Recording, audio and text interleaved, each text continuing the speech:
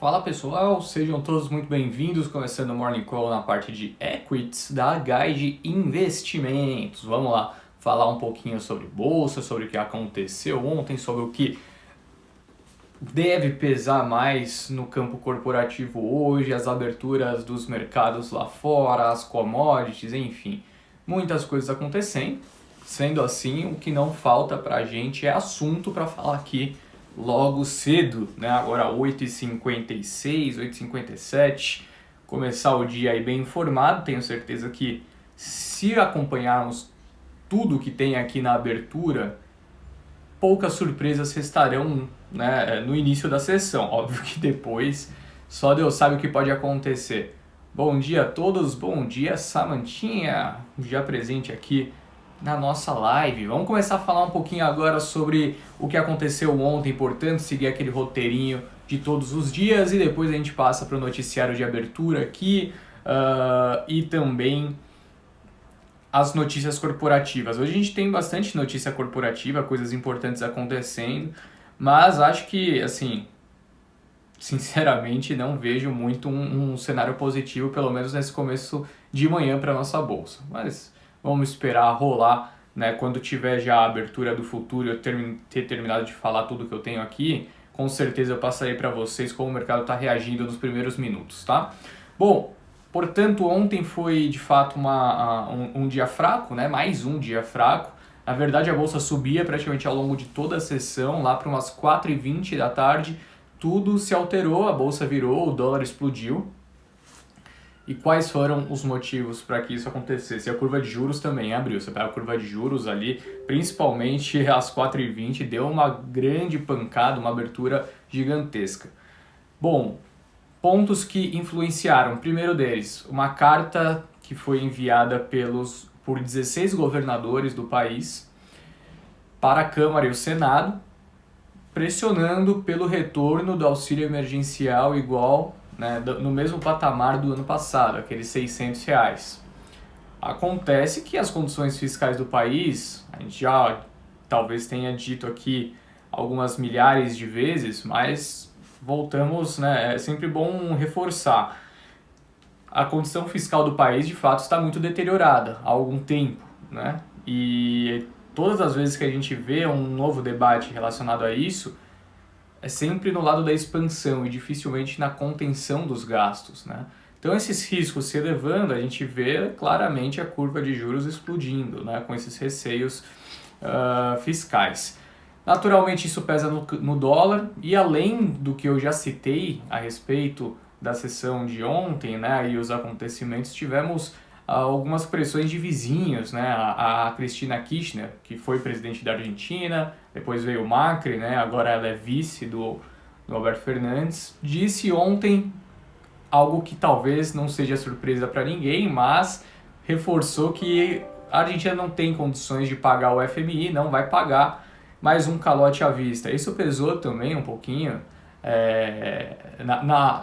na bolsa, né? Principalmente para os países da região. Isso contamina, querendo ou não, acaba contaminando, né? Não tem muito o que fazer.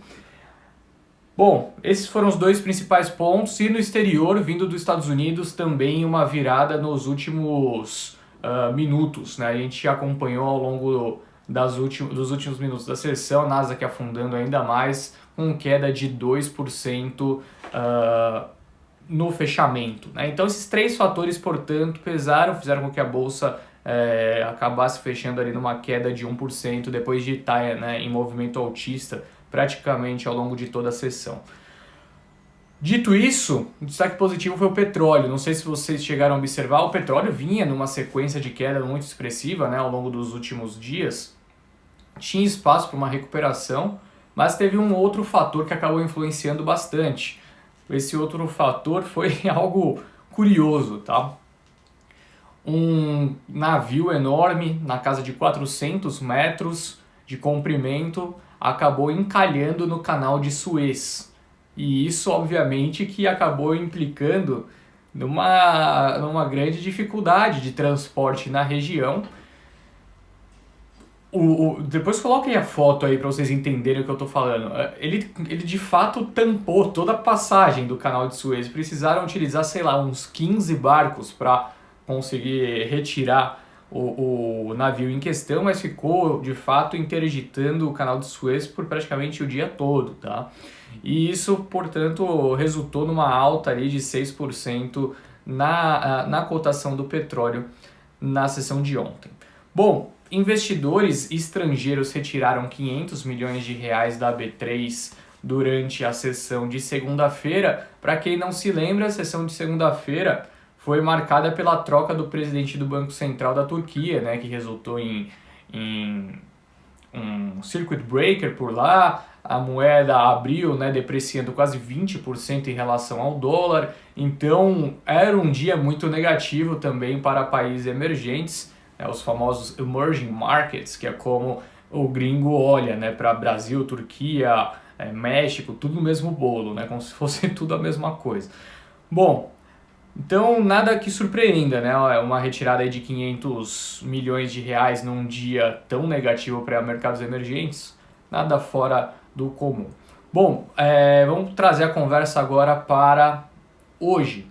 Falamos de ontem, agora vamos falar sobre o que está acontecendo nessa abertura e depois o noticiário corporativo. Lá fora, até me questionaram, né? Eu gravei um videozinho de 1 minuto agora há pouco, soltei e falei, minério em queda, né? E aí eu enviei um link há pouco tempo atrás no Twitter que dá para você ver a cotação do minério em yuan, né, na moeda chinesa. E nesse link, o minério subiu com uns 2%. Né, nessa madrugada. Aí o pessoal tá falando, mas Henrique, pô, no link que você me mandou, tô subindo 2%. Você gravou um vídeo falando que o minério de ferro caiu, o que aconteceu? Pessoal, temos duas cotações referências no mundo para o minério de ferro, tá? Que é o pessoal mais costuma acompanhar. Um é o minério de ferro Dalian, em Singapura, e outro Qingdao, porto chinês, tá? E assim, nem sempre os dois acabam convergindo para o mesmo movimento. Então, o do site chinês é o Dalian, que subiu mais de 2%. E eu falei sobre o Qingdao, que foi a primeira cotação que eu vi hoje cedo, que tinha caído. Então, os dois casos são verdades. Eu até olharia com mais carinho para o Dalian, tá? Que não é o que eu falei no vídeo. De fato, o que subiu hoje talvez seja mais referência no mundo. Mas eu sempre vou falar o que eu vi primeiro, tá, pessoal? Porque, de fato, assim, 90% das vezes os dois fazem movimentos similares, mas nem sempre isso vai acontecer e hoje foi o dia que isso não aconteceu. Mas, de toda forma, portanto, uma abertura negativa para as commodities, tá? O minério de ferro talvez nem tanto, ainda Dalian subiu, mas você pega ouro caindo nessa manhã, petróleo, apesar de ter subido seus 6% ontem, hoje já recua mais de 1%. Bitcoin, deixei até aqui a fotinha em destaque, porque de fato é o principal destaque da manhã, caindo mais de 6% nessa manhã, recuando para o patamar de 52 mil dólares a moeda. E não é só com as commodities que a abertura está negativa, está fraca no mercado internacional. Você pega bolsas europeias, praticamente todas caindo, o Eurostoxx caía 0,3, 0,4 alguns minutos atrás. Bolsas de Nova York também estavam no 0 a 0, até passou alguns minutinhos, começaram a recuar. Nesse momento, vou até confirmar aqui, eu deixei já meio engatilhado, tá? Na verdade, eu deixei engatilhado a bolsa normal, não os futuros, né? A bolsa normal só abre mais tarde, né, Henricão? Então vamos lá, eu tô abrindo aqui os futuros. Só um segundinho, pessoal, desculpa, abri aqui errado novamente. Agora sim, certo. Acelerou, tá? As perdas se aceleraram. Eu gravei o vídeo coisa de 20 minutos atrás. Assim, 30 minutos atrás estava no 0 a 0, 20 minutos atrás estava caindo 0,1, 0,2. Nesse momento, os futuros lá fora estão caindo 0,4. Praticamente, né, as três bolsas fazendo o mesmo movimento. Dow Jones, S&P e Nasdaq, todos caindo algo em torno de 0,4 nessa abertura. Perfeito? Bom, falamos então sobre as bolsas, movimento generalizado de queda. E temos alguns outros assuntos importantes para a gente já tratar nessa abertura. Primeiro deles, esses dois aqui, ó. O Lira ontem pesou bastante o discurso sobre o Bolsonaro, né? Ele não chegou a citar expressivamente o nome do Bolsonaro, mas disse que a Câmara não vai acompanhar o que ele tratou de irresponsabilidades, né, que estão sendo tomadas em relação à pandemia. Disse até mesmo que assuntos relacionados a reformas só vão voltar a ter andamento lá para maio, né? De agora até maio só vão tratar na Câmara sobre pandemia, né? E quando a situação começar a reverter um pouquinho, os assuntos das reformas voltarão com mais ênfase. Isso, né, claro, tem o seu ônus e seu bônus. O bônus, no caso, é que pode ser que a gente esteja agora passando pelo momento onde as pessoas mais estão tratando a pandemia com seriedade, mas ao mesmo tempo o não andamento das reformas preocupa o mercado, afinal, né, o maior risco do país, já eu volto a dizer, é o risco fiscal. Bom, disse isso, agora vou trazer a conversa para o noticiário corporativo, afinal temos muitas coisas importantes. Primeira delas, BNDES afirmou que a Copel está pronta, né, para trilhar seu caminho sem sua presença. A intenção é realizar a saída do capital da Copel até o fim do primeiro semestre desse ano, né? O BNDES já contratou até mesmo o sindicato e a saída ocorrerá através de um follow-on ainda no primeiro semestre, como eu disse. Lembrando que o BNDES possui 24% do capital da Copel, então uma saída super expressiva.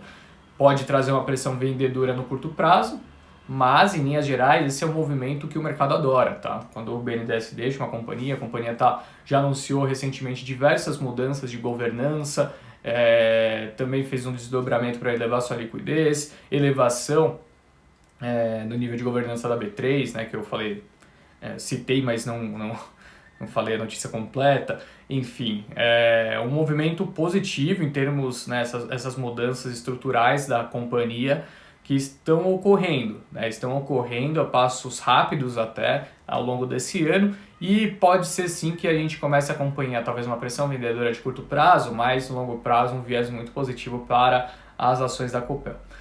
Bom, ontem o grande destaque também foi o noticiário relacionado à venda do BIG para o Carrefour, né? A gente falou sobre isso na manhã, os papéis chegaram a disparar mais de 15% de Carrefour ao longo do dia.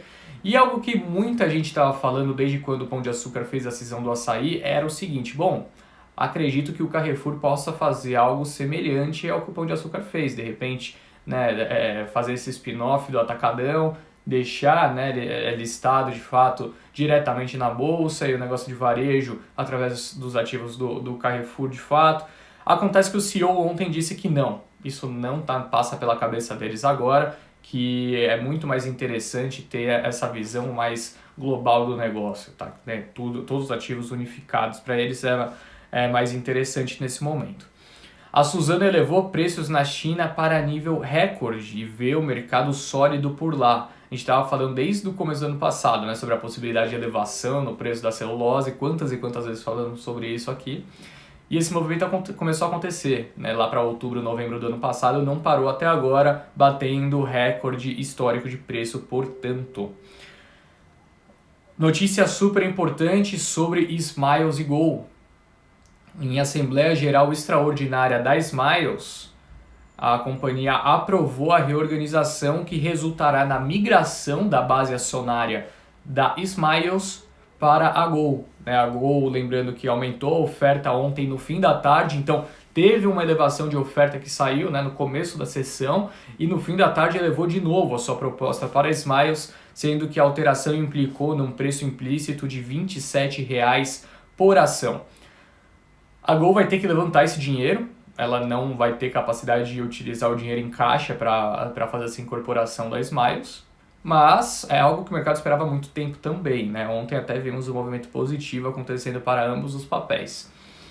Outra notícia super importante: o Conselho de Administração da Petrobras aprovou ontem em reunião a venda da refinaria Landulfo Alves, famosa RLAM, e seus ativos logísticos associados para a Mubadala Capital por $1,650 bilhões em contrato que deve ser assinado em breve, tá? Então, eu acho que já era esperado de toda forma, mas é importante, primeira venda, portanto, aí mais expressiva de uma refinaria da Petro. Além disso, né, a Petrobras informou que 4 diretores deixarão a companhia, até mesmo o CFO vai também deixar a companhia acompanhando o Castelo Branco no movimento em questão. A Eletrobras anunciou que o conselho escolheu por maioria recomendar Rodrigo Limp Nascimento para ocupar uma vaga em seu colegiado, visando o futuro exercício do cargo de presidente da companhia. Limp foi indicado pelo acionista controlador, vocês sabem quem? O governo federal. Só que isso tem dois lados também nessa moeda. Primeiro, né, pelo que eu acompanhei, não cheguei a ver muito assunto, mas parece que é um currículo pesado, né, do Limp, não é uma pessoa qualquer que chega para assumir a companhia, só que ele não estava na lista, né, dos possíveis, das possíveis pessoas a assumir a Eletrobras. Né, teve uma consultoria que foi contratada para encontrar e distribuiu alguns nomes, né, para o conselho. Falou, esses são os nomes que vocês devem correr atrás. Né? Então a Eletrobras contratou uma consultoria que trouxe uma série de nomes de pessoas capazes, né, para assumir o comando da Eletrobras. E não adiantou nada. Quem escolheu foi o governo federal. Isso tem um risco de governança muito alto, principalmente para investidores gringos. Investidores gringos odeiam esse tipo de incerteza, tá? Uma mudança total na perspectiva, né, quanto às operações da empresa. Hoje pode ter sido um nome capacitado a ser escolhido, mas lá na frente quem será? Né? Qual que vai ser a próxima decisão tomada pelo governo federal? Então, essa é uma grande preocupação. Teve um conselheiro independente que pediu até a sua renúncia depois de ver o nome do Limp, né, ser o escolhido. Podemos ver alguns movimentos mais sérios hoje em Eletrobras, vamos acompanhar. Né? A abertura, só a abertura pode responder esse tipo de dúvida que paira sobre o mercado. Bom, o grupo SBF, para quem não sabe qual é o grupo SBF, é o controlador da Centauro, anunciou a alteração do seu código de ação na B3 a partir de 31 de março, tá? O ticker, portanto, que a gente está que é bem conhecido por a gente, né? Então, aquele CNTO3, que é o da Centauro hoje, será alterado para SBFG3, né? Então, de SBF, que é o nome do grupo, e G, acho que de grupo, né? Acredito eu. Da mesma forma, então, o nome da empresa no pregão deixará de ser Centauro e passará a ser Grupo SBF.